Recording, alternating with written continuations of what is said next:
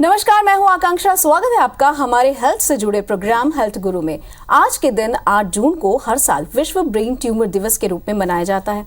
सिर दर्द को अक्सर लोग सामान्य समस्या समझते हैं और इसे नजरअंदाज भी करते हैं, पर नजरअंदाज इसे करना कितना घातक हो सकता है, क्या आपको ये पता है? विश्व ट्यूमर दिवस पर हम आज लेकर आए हैं आपके लिए कुछ खास जानकारी और ये जानेंगे कि किस तरह से इस बीमारी से बचा जा सकता है और दुनिया भर में इस बीमारी के प्रति जागरूकता फैलाने के लिए ही इस दिन को विशेष तौर पर विश्व ब्रेन ट्यूमर दिवस के रूप में मनाया जाता है। तो चलिए करते हैं शुरुआत अपने कार्यक्रम हेल्थ गुरु की।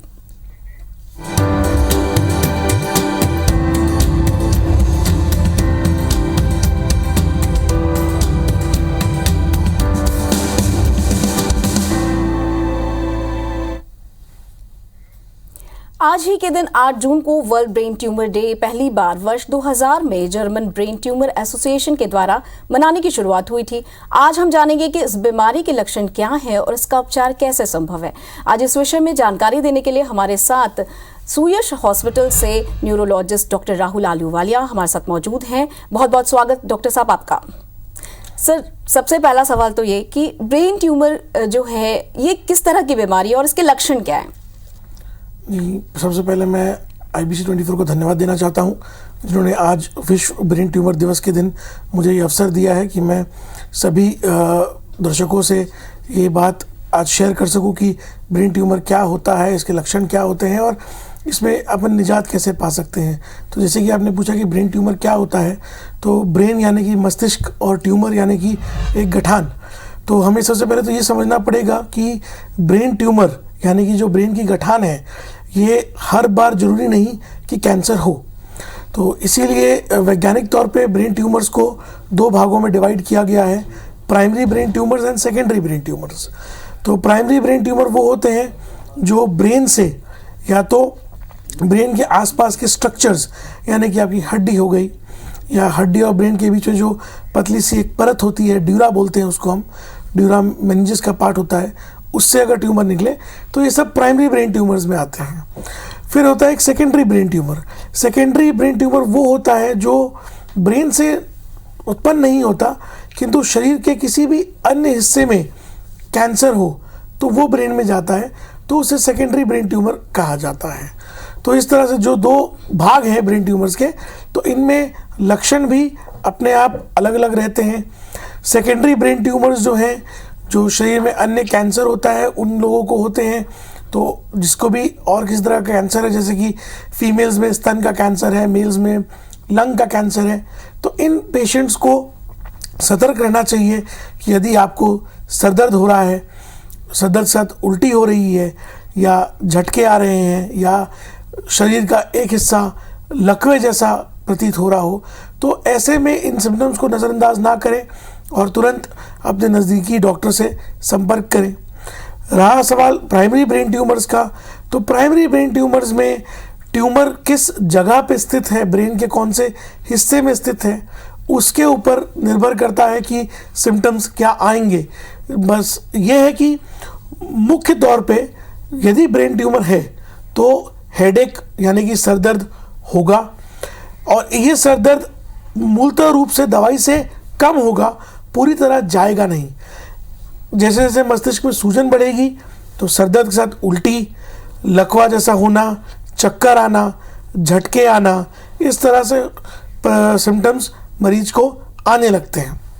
जी डॉक्टर साहब, जैसे कि आपने बताया कि ब्रेन ट्यूमर जो है प्राइमरी और सेकेंडरी 2 तरह के होते हैं, लेकिन जो लक्षण आपने बताए आमतौर पर सर दर्द में इस तरह के लक्षण कॉमन है और बहुत ज़्यादातर लोगों को यदि हम देखें तो वो सिर दर्द को सामान्य प्रक्रिया समझते हैं। फिर ऐसे में वो कैसे जान पाएंगे कि ये जो लक्षण है वो ब्रेन ट्यूमर के लक्षण है?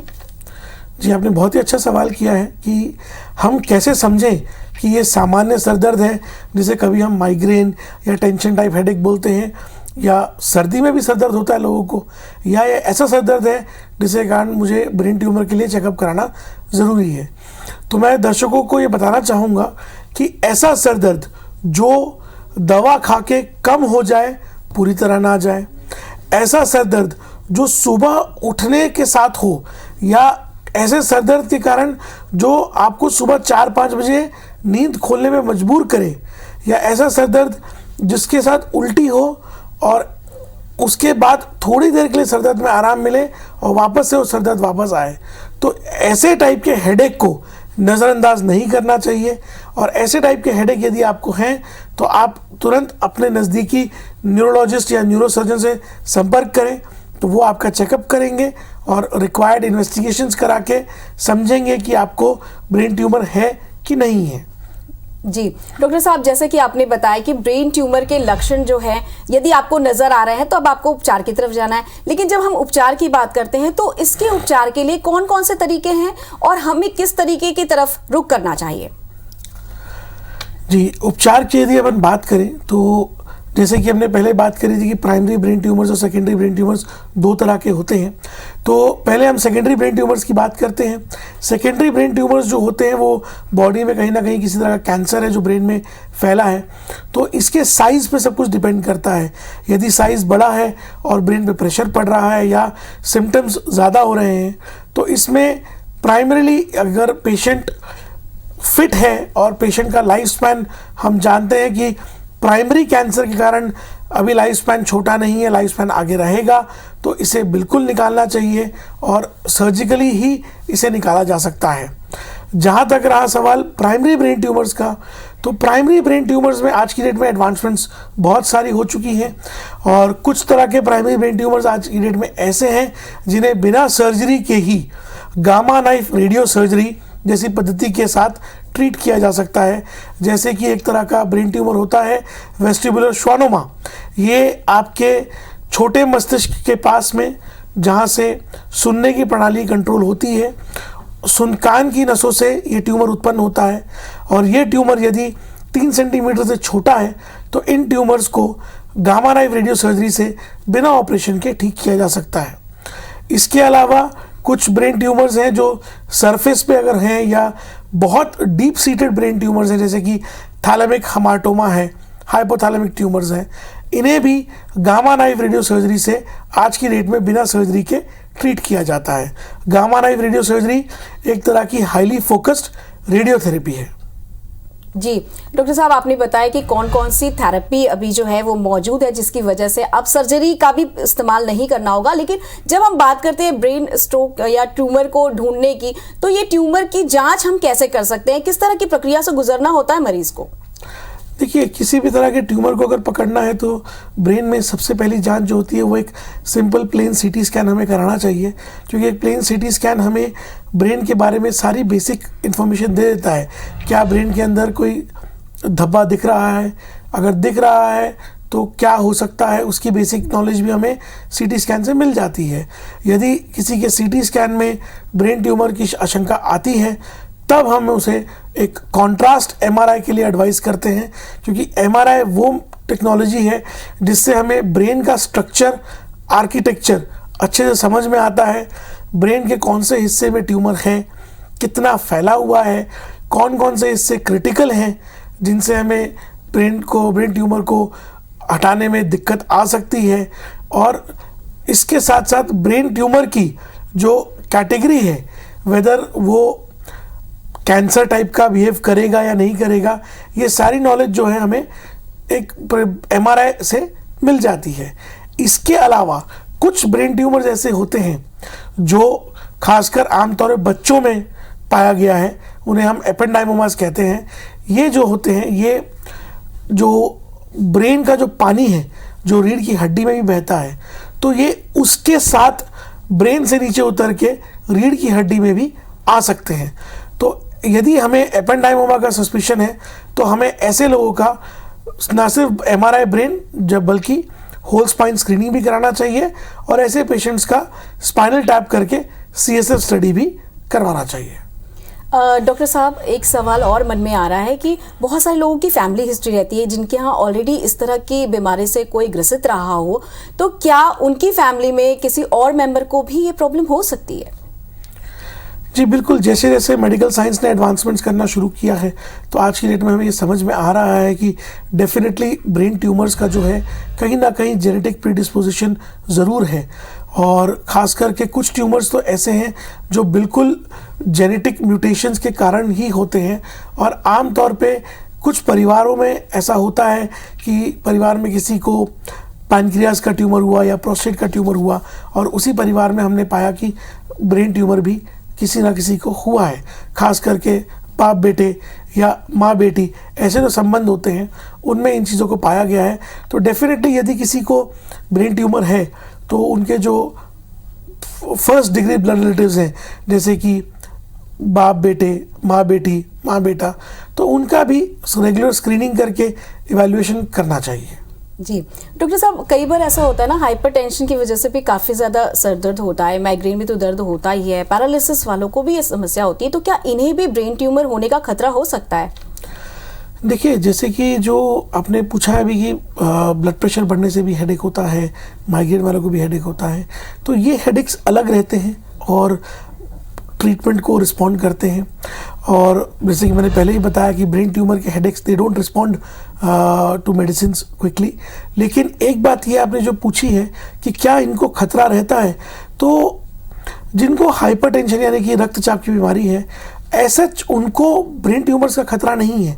हालांकि ब्रेन ट्यूमर्स जिनको होते हैं उनमें यदि रक्तचाप की बीमारी रहती है तो कभी कभी ब्रेन के ट्यूमर्स की जो ब्लड सप्लाई रहती है वो फटने से अंदर एक बड़ा हेमरेज होने का खतरा रहता है, और ऐसे मरीजों में फिर वो एक इमरजेंसी सिचुएशन बन जाती है जिसमें ऑपरेशन ना सिर्फ ब्लड क्लॉट का करना पड़ता है बल्कि ब्रेन ट्यूमर का भी करना पड़ता है, और वो बहुत ही पेचीदा ऑपरेशन बन जाता है।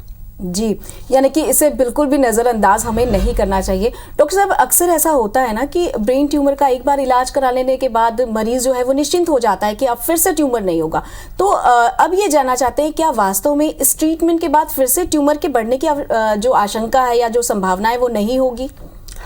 जी, आपका जो सवाल है ये एकदम बहुत वैलिड सवाल है, क्योंकि हम लोग जब पेशेंट से बात करते हैं, उन्हें समझाते हैं सर्जरी के लिए, तो सबसे पहला सवाल यही आता है कि क्या सर मैं पूरा ठीक हो जाऊंगा। तो मैं जैसे अपने मरीजों को बताता हूँ, सभी दर्शकों को भी ये बताना चाहूँगा कि जब तक के ब्रेन ट्यूमर की सर्जरी होके उसकी बायोप्सी रिपोर्ट ना आ जाए, और जिसमें कि हमारे पास मॉलिक्यूलर मार्कर्स और इम्यूनोहिस्टोकेमिस्ट्री के मार्कर्स ना हो, तब तक के आपने डॉक्टर के साथ इस तरह का चर्चा करना गलत रहेगा, क्योंकि डॉक्टर भी आपको पूरी जानकारी तब तक नहीं दे सकता। कुछ ब्रेन ट्यूमर्स जैसे कि मेनिंजोमा जो होते हैं उन्हें आप निकाल दीजिए, 25 से 30 वर्ष तक मरीज एकदम ठीक रहता है।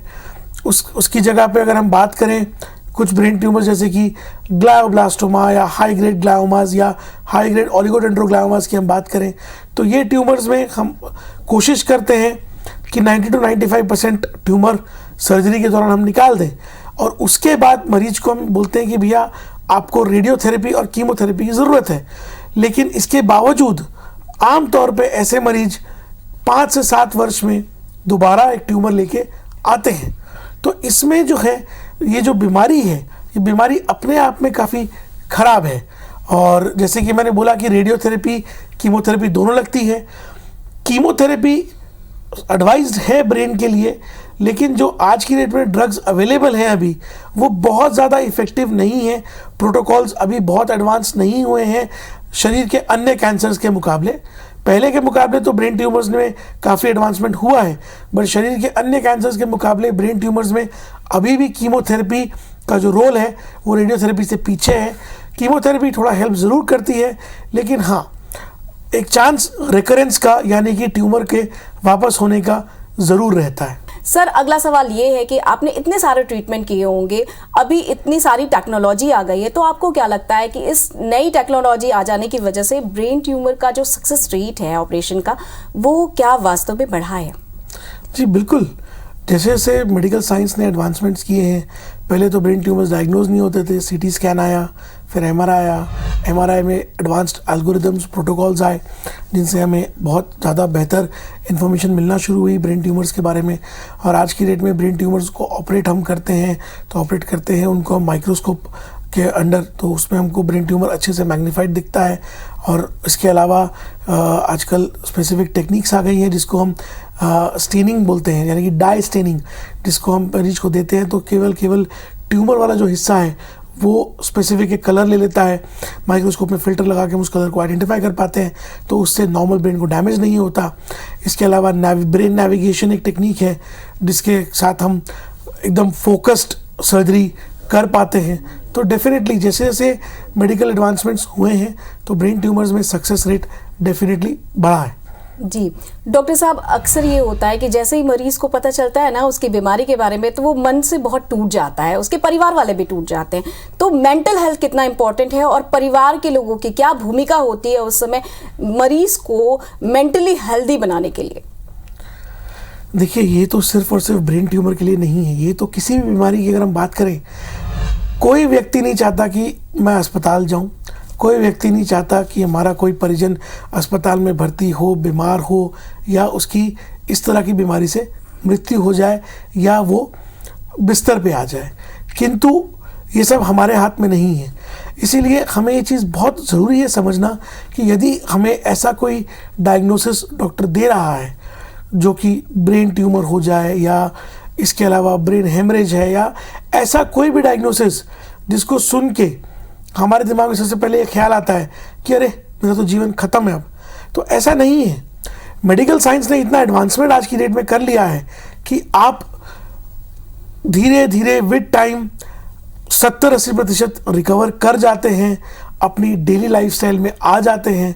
हाँ, बिल्कुल एक बात सही है कि ब्रेन ट्यूमर की सर्जरी हुई या ब्रेन हेमरेज की सर्जरी हुई तो उसके बाद मरीज 100% फंक्शनल रहे, वो हम भी चाहेंगे, सब यही चाहते हैं, बट ऐसा हर बार ज़रूरी नहीं है। लेकिन ऐसे डायग्नोसिस से डरना नहीं है, अपने आप को मानसिक तनाव नहीं देना है, अपने डॉक्टर की सलाह को मानना है, डॉक्टर से डिस्कस करिए। आपके मन में जो सवाल है अपने डॉक्टर से डिस्कस करिए, समझिए, वो आपको बताएंगे, आपके मन की हर शंका को दूर करेंगे। क्योंकि आप अपने मन में जितना तनाव बनाएंगे आपके मरीज में भी उतना ही तनाव बनते जाएगा। इसीलिए परिवार वालों को मेंटली स्ट्रांग होना बहुत अवश्य हो जाता है ऐसे डिफिकल्ट टाइम्स में। जी बिल्कुल, मेंटली सपोर्ट जो है वो बहुत ज़्यादा इम्पॉर्टेंट है। चाहे कोई भी बीमारी हो, यदि परिवार का एक सपोर्ट मिल जाता है तो जीने की एक नई आशा जो है वो जागृत हो जाती है और निश्चित रूप से बहुत जल्दी रिकवर कर पाने में मरीज जो है वो सक्षम हो पाता है। डॉक्टर साहब, अब सवाल ये उठता है कि यदि डायग्नोस हो गया है और पता चल गया है कि ब्रेन ट्यूमर है, तो उसमें हमें उपचार में कितना समय जो है वो अतिरिक्त मिलता है, कितनी जल्दी हमको उसका ट्रीटमेंट कराना चाहिए? देखिए, जैसे कि मैंने आपसे पहले बात की, तो ब्रेन ट्यूमर हमें जब डायग्नोस हो गया है तो डायग्नोसिस के साथ जो न्यूरोसर्जन है तो वो अपने आप आपको बता देगा कि भाई आपको इस ऑपरेशन के लिए आम तौर पे अगले 5-10 दिन या 10-15 दिन का समय आप दवाइयों से अपने सिम्टम्स को थोड़ा रिलीफ देके पा सकते हैं। लेकिन ये समय भी हमें ख़राब नहीं करना चाहिए। मैं अपने दर्शकों को ये बताना चाहूँगा कि कुछ दवाइयों से ब्रेन की सूजन हम कम कर पाते हैं, लेकिन वो इलाज नहीं है। कई मरीजों को लगता है अरे मैं तो दवाई से ठीक हो रहा हूँ, मेरा लकवा ठीक हो रहा है, मेरा सर दर्द ठीक हो रहा है, मुझे उल्टी नहीं हो रही। वो इलाज नहीं है। इलाज ब्रेन ट्यूमर का ऑपरेशन ही है और आपको समय बिना खराब किए जितना जल्दी हो सके अपने ब्रेन ट्यूमर का ऑपरेशन करा लेना चाहिए। जी बिल्कुल, और जिस तरह की मानसिकता हमारे समाज में हमें देखने को मिलती है, आमतौर पर सलाह पे हम बहुत ज़्यादा दवाइयाँ ले लेते हैं। हमारी कोशिश ये होती है कि उसका इससे उपचार सही हो गया था या उसे इससे रिलीफ मिल गया था, तो हम कई बार दोस्तों की सलाह पर या फिर घर वालों की सलाह पर भी टैबलेट ले लेते हैं। जबकि होना तो यही चाहिए कि हम अपने जो समस्या है उसे समझें, डॉक्टर से सलाह लें और फिर उसका निदान कराएं। डॉक्टर साहब, ब्रेन से जुड़े और कौन कौन से प्रॉब्लम्स हो सकते हैं जिसके लिए हमें हमेशा अलर्ट रहना चाहिए?